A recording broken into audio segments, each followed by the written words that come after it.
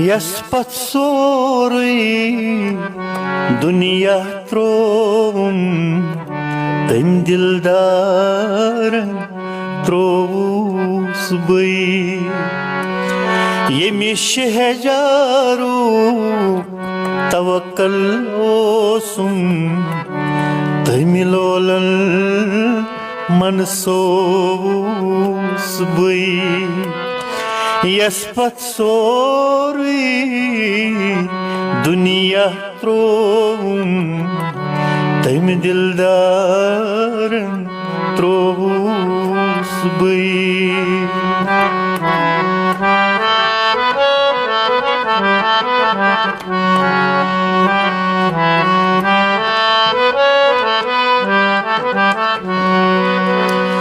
Sayid samas Tap saran maz Sheen shuhul devar bani